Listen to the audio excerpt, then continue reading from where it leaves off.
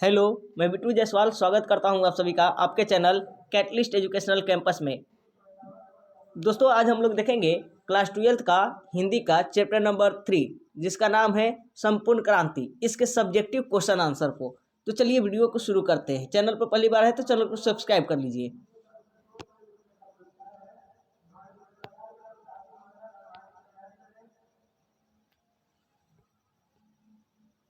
तो पहला प्रश्न है, आंदोलन के नेतृत्व के संबंध में जयप्रकाश नारायण के क्या विचार थे और आंदोलन का नेतृत्व किस शर्त पर वे करते हैं। तो इसका उत्तर लिखिएगा।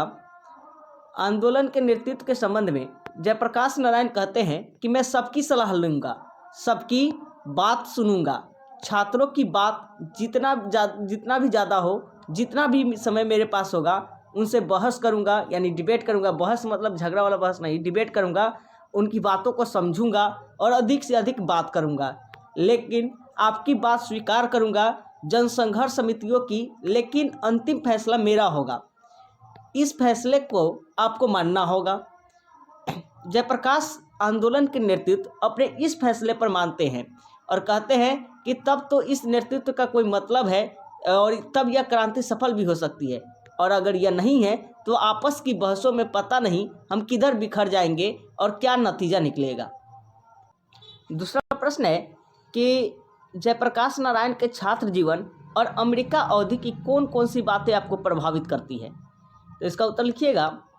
जयप्रकाश नारायण बताते हैं कि 1921 ईस्वी की जनवरी महीने में पटना कॉलेज में वे आईएससी के छात्र थे। उसी समय वे गांधी जी के असहयोग आंदोलन के आह्वान पर असहयोग किया और असहयोग के करीब 1.5 वर्ष ही मेरा जीवन बीता था कि मैं फूलदेव सहाय वर्मा के पास भेज दिया गया कि प्रयोगशाला में कुछ करो और सीखो। मैंने हिंदू विश्वविद्यालय में दाखिला इसलिए नहीं लिया क्योंकि विश्वविद्यालय को सरकारी मदद मिलती थी। बिहार विद्यापीठ से परीक्षा पास की। बचपन में स्वामी सत्यदेव के भाषण से प्रभावित होकर मैं अमेरिका गया। ऐसे में कोई धनी घर का नहीं था, परंतु मैंने सुना था कि कोई भी अमेरिका में मजदूरी करके पढ़ सकता है। मेरी इच्छा थी कि आगे बढ़ना है मुझे। अमेरिका की बागानों में जयप्रकाश ने काम किया, कारखानों में काम किया, लोहे के कारखानों में जहाँ जानवर मारे जाते हैं उन कारखानों में काम किया। जब वे यूनिवर्सिटी में पढ़ते थे तब वे छुट्टियों में काम कर इतना कमा लेते थे कि 2-4 विद्यार्थी सस्ते में खा पी लेते थे। एक कोठरी में कई आदमी मिलकर रहते थे। रविवार को छुट्टी नहीं बल्कि 1 घंटा रेस्टोरेंट में काम करके, यानी रेस्टोरेंट में काम करके या होटल में बर्तन धोया या वेटर का काम करते थे। बराबर 2-3 वर्षों तक 2-3 लड़के एक ही रजाई में सोकर पढ़े थे। जब बीए पास कर गए तो स्कॉलरशिप मिल गई। 3 महीने के बाद असिस्टेंट हो गए, डिपार्टमेंट के ट्यूटोरियल में क्लास लेने लगे। इस तरह वे अमेरिका में इनका प्रवास रहा। नेक्स्ट क्वेश्चन है, जयप्रकाश नारायण कम्युनिस्ट पार्टी में क्यों नहीं शामिल हुए। तो इसका उत्तर लिखिएगा। जयप्रकाश नारायण ने लौटने पर सोचा था कि जो देश गुलाम है वहाँ के कम्युनिस्टों को हरगिज वहाँ की आज़ादी की लड़ाई से अपने को अलग नहीं रखना चाहिए, क्योंकि लड़ाई के नेतृत्व बुर्जुआ क्लास के हाथ में रहता है, पूंजीपतियों के हाथ में होता है। अतः कम्युनिस्टों को अलग नहीं रहना चाहिए, अपने को आइसोलेट नहीं करना चाहिए। जेपी स्वतंत्रता के दीवाने थे, वे आज़ादी चाहते थे। उनकी उस समय आज़ादी के लिए संघर्ष कांग्रेस ही कर रही थी, अतः उन्होंने इसके साथ स्वतंत्रता संग्राम लड़ना प्रारंभ कर दिया। नेक्स्ट क्वेश्चन है कि पाठ के आधार पर प्रसंग को स्पष्ट करें। पहला है प्रसंग कि अगर कोई डेमोक्रेसी का दुश्मन है तो वे लोग दुश्मन हैं जो जनता के शांतिमय कार्यक्रम में बाधा डालते हैं, उनकी गिरफ्तारियां करते हैं, उन पर लाठियां चलाते हैं, गोलियां चलाते हैं। इसको व्याख्या करना है। तो इसका लिखिएगा कि प्रस्तुत पंक्तियां जयप्रकाश नारायण के भाषण जो उन्होंने सन 1974 को पटना के गांधी मैदान में दिया था से उद्धृत है। उस समय जो सरकार थी उसकी नीतियों और क्रियाकलापों की आलोचना करते हुए जयप्रकाश जी कहते हैं कि आज हम सभा नहीं कर सकते। सभा में आने वाली जनता को रोका जाता है, उन पर बल का प्रयोग किया जाता है। यही वास्तव में डेमोक्रेसी के दुश्मन है। डेमोक्रेसी में सभा करने का अधिकार जनता को प्राप्त है। जो व्यक्ति शांतिमय कार्यक्रम में भी बाधा डालते हैं, वे कार्यक्रम में आने वाले को बंदी बनाते हैं, उन पर लाठियां बरसाते हैं, क्या अपराध है उनका? मात्र यही कि वे सभा में जाते ही रहते हैं। अतः प्रजातंत्र के वास्तविक शत्रु यही है। दूसरा प्रसंग है, पाठ के आधार पर प्रसंग को स्पष्ट करना है कि व्यक्ति से नहीं, हमें तो नीतियों से झगड़ा है, सिद्धांतों से झगड़ा है, कार्यों से झगड़ा है। इसको स्पष्ट कीजिए इस बात को। तो लिखिएगा उत्तर। प्रस्तुत पंक्तियां जयप्रकाश नारायण के भाषण जो उन्होंने सन 1974 को पटना के गांधी मैदान में दिया था से उद्धृत है। जयप्रकाश जी ने अपने पटना के भाषण में यही कहा था कि आज जो कुछ देश में हो रहा है वह नीतिगत कम स्वार्थगत अधिक है। उसके कर्ता धर्ता हमारे शासक हैं, श्रेष्ठ व्यक्ति हैं, उनके इशारों पर ही हो रहा है, वे इसके लिए पूर्णतः उत्तरदायी है। पर मैं उन्हें कम दोषी मानता हूँ। मैं तो उन नीतियों को ही दोषी मानता हूँ जिनके आधार पर सत्ता वाले यह सब कुछ कर रहे हैं। अतः वास्तविक दोषी व्यक्ति नहीं, मात्र नीति है। कहा तो यह भी जाता है कि हमारी नीतियाँ जनता के लिए हैं, पर वास्तविकता यह है कि उनकी कोई नीतियाँ भी नहीं है। अगर कुछ है भी तो वे स्वार्थ हित ही हैं। नेक्स्ट प्रश्न है, बापू और नेहरू की किस विशेषता का उल्लेख जेपी ने अपने भाषण में किया है? तो इसका उत्तर लिखिएगा। जयप्रकाश जी स्पष्ट कहते हैं कि जो काम गलत होंगे, उनकी नीतियाँ गलत होंगी, वे उसका विरोध करेंगे।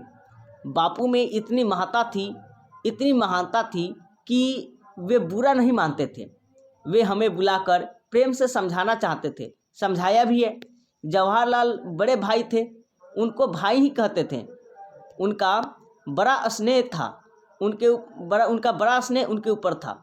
वे जयप्रकाश जी को मानते भी काफ़ी थे। जयप्रकाश जी भी उनका बड़ा आदर करते थे। उन्होंने भी जयप्रकाश जी की आलोचना का बुरा नहीं माना। नेक्स्ट प्रश्न है, भ्रष्टाचार की जड़ क्या है? क्या आप जेपी से सहमत है? इनके गुणगान है तो क्या सुझाव देंगे? तो इसका उत्तर लिखा गया कि इसका मूल जड़ सरकारी नीतियाँ ही उत्तरदायी है। इसके कारण ही भूख है, महंगाई है, रिश्वतखोरी है और यह भ्रष्टाचार पनपता जा रहा है। बिना रिश्वत में के कोई काम चलता ही नहीं। सरकारी दफ्तर, बैंक अर्थात प्रत्येक स्थल पर ही पसरा हुआ है और यह विकराल रूप से पसरा हुआ है। हर प्रकार के अन्याय के नीचे जनता दब रही है। शिक्षण संस्थाएं तक भ्रष्ट हो गई है। फिर बचा ही क्या है? युवा वर्ग हमारा अंधकार में भटक रहा है। वह ऐसा कोई स्थान नहीं जहां भ्रष्टाचार न पसरा हो। फिर उसकी जड़ें कहाँ खोजी जाए? कहाँ तक नहीं है उसकी जड़ें? गांव में, सड़क पर, रेल में, खेत खलियान में, अस्पताल में और पुलिस विभाग में तो उसकी जड़ों का जाल बिछा हुआ है। नेक्स्ट क्वेश्चन है, दल विहीन लोकतंत्र और साम्यवाद में किस प्रकार का संबंध है? तो इसका उत्तर लिखिएगा। दल विहीन लोकतंत्र की कल्पना सर्वोदय का सिद्धांत है। उसकी मान्यता है कि ग्राम सभाओं के आधार पर दल विहीन प्रतिनिधित्व स्थापित हो सकता है। मार्क्सवाद भी दल विहीन लोकतंत्र का हिमायती है। यह लोकतंत्रवाद का एक मूल उद्देश्य भी है। वे यह मानते हैं कि समाज जैसे जैसे साम्यवाद की ओर बढ़ता जाता है, उसी मात्रा में राज्य यानी स्टेट का अस्तित्व धूमिल होता जाता है और अंत में एक स्टेटलेस सोसाइटी स्थापित हो जाती है। वह समाज निश्चित रूप से लोकतांत्रिक होगा, साथ ही दलहीन भी होगा। नेक्स्ट क्वेश्चन है, संघर्ष समितियों में से जयप्रकाश की क्या अपेक्षाएं थी? तो इसका उत्तर लिखिएगा। जब चुनाव आए, संघर्ष समितियां मिलकर आम राय से अपना उम्मीदवार खड़ा करें अथवा जो उम्मीदवार खड़े किए जाए इनमें से किसी को मान्य करें।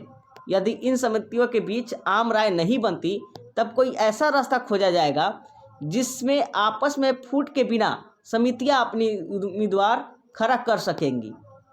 ठीक है, एक उम्मीदवार को अपनी मान्यता दे सकेंगी। वे चाहते थे कि चुनाव में जनता का एक बहुत बड़ा पार्ट होगा, यानी जनता और छात्र में संघर्ष समितियों के उम्मीदवार के चयन में अपना महत्वपूर्ण रोल अदा करेगा। साथ ही विजय प्रत्याशी की गतिविधियों पर समितियां कड़ी निगाहें फैलाएंगी। यदि उस क्षेत्र का प्रतिनिधित्व गलत रास्ता पकड़ता है तो उसको त्याग पत्र देने हेतु बाध्य करेगी।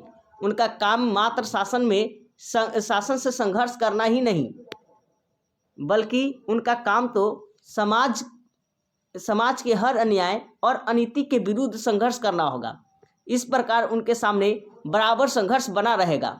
गांव में छोटे अफसरों या कर्मचारियों की, चाहे वह पुलिस वाले के घूसखोरी चलती है, समितियों का संघर्ष उनके खिलाफ जारी रहेगा। साथ ही जिन बड़े किसानों ने बेनामी या फर्जी बंदोबस्तियाँ की हैं, उनका विरोध भी होना चाहिए। दुरुस्त करने हेतु संघर्ष भी करेंगे। गांव में जो है तरह तरह के अन्याय होते हैं, ये समितियां उन अन्याय को भी रोकेंगी। ये निर्दलीय संघर्ष समितियां अस्थायी रूप से कायम रहेंगी और मात्र लोकतंत्र हेतु नहीं, बल्कि सामाजिक, आर्थिक, नैतिक बल्कि क्रांति के लिए एक बहुत ही महत्वपूर्ण कार्य करेगी।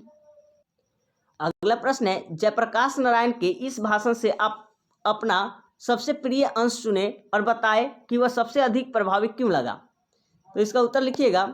इस भाषण का मेरा प्रिय अंश जो है निम्नवत है।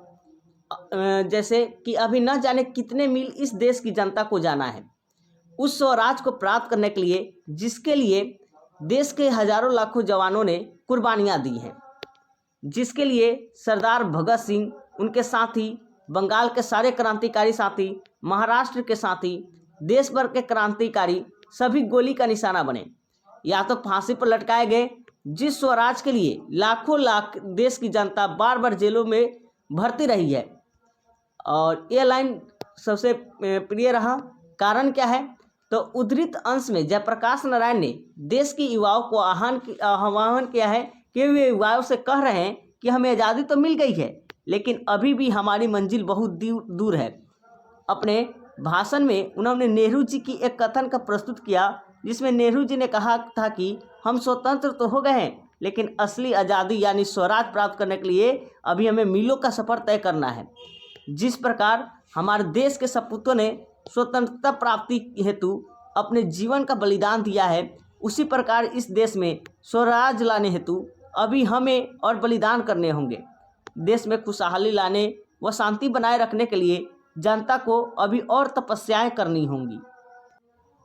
नेक्स्ट क्वेश्चन है, चुनाव सुधार के बारे में जयप्रकाश जी की प्रमुख सुझाव क्या है? उन सुझावों से आप कितना सहमत हैं? तो इसका उत्तर लिखिएगा। जयप्रकाश जी मानते हैं कि आज के मतदाताओं को केवल इतना अधिकार ही प्राप्त है कि वह चुनाव में अपना मतदान कर पाता है, पर मतदान प्रक्रिया न तो स्वच्छ और न स्वतंत्र होती है, न उम्मीदवार के चयन में मतदाताओं का हाथ रहता है। अपने चुनाव के बाद अपने प्रतिनिधि पर भी उनका कोई अंकुश नहीं रहता है। जयप्रकाश जी इसमें परिवर्तन चाहते हैं। साथ ही चुनाव में जो रुपया, जाति, बाहुबल का प्रयोग होता है, जो मिथ्या भाषण और मिथ्याचारण होता है, यह भी समाप्त होना चाहिए।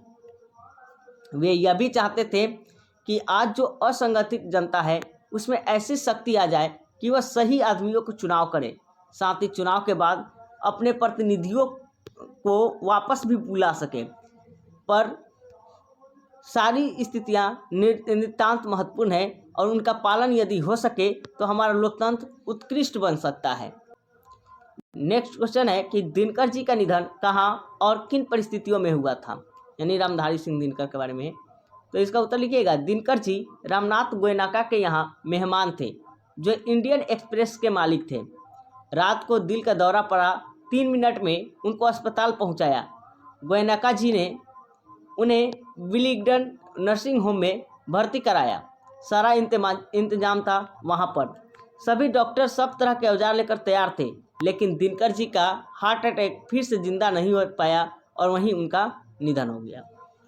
ठीक है, तो ये थे आपके टोटल हिंदी के प्रश्न। आप इसको लिखकर याद कर लीजिएगा। तब तक बाय, टेक केयर, अच्छे से पढ़ाई कीजिए।